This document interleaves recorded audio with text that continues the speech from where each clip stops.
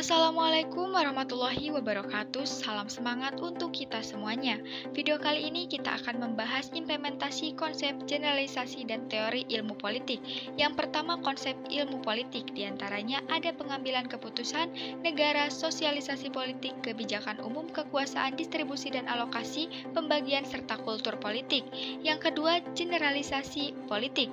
Menurut Banks, ada 3 jenis, yaitu di dalam setiap masyarakat dan lembaga, peraturan dan hukum tumbuh untuk mengendalikan warga negaranya. Selanjutnya, para penguasa cenderung menolak setiap perubahan yang dirasakan akan mengurangi kekuasaan dan pengaruhnya, serta konflik timbul dalam suatu sistem politik apabila individu atau kelompok mempunyai tujuan bersaing.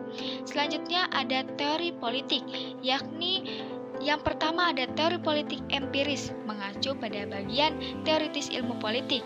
Yang kedua, teori politik formal. Teori politik ini dirasakan tumpang tindih dengan teori sosial maupun teori publik.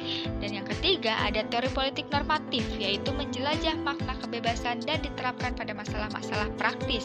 Salah satu implementasinya yakni mengambil kasus dalam hal pengambilan keputusan.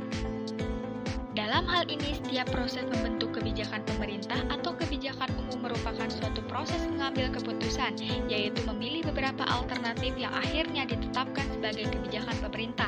Contohnya dalam hal pembentukan undang-undang oleh DPR juga harus mendapat persetujuan Presiden.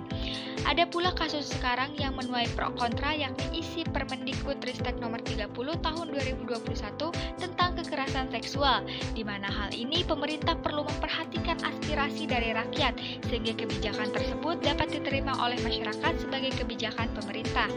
Kasus tersebut juga melibatkan dua konsep atau lebih, yakni dalam hal ini Kemdikbudristek sebagai pembuat kebijakan, namun beberapa pihak seperti pengamat kebijakan maupun akademisi menilai perlunya ada revisi, terutama pasal 5 ayat 2 bagian B, F, G, H, dan L yang mengkhawatirkan terjadi maraknya seks bebas di lingkungan kampus.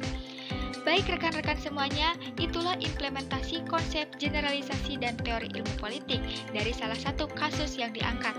Terima kasih sudah menonton, semoga bermanfaat. Wassalamualaikum warahmatullahi wabarakatuh.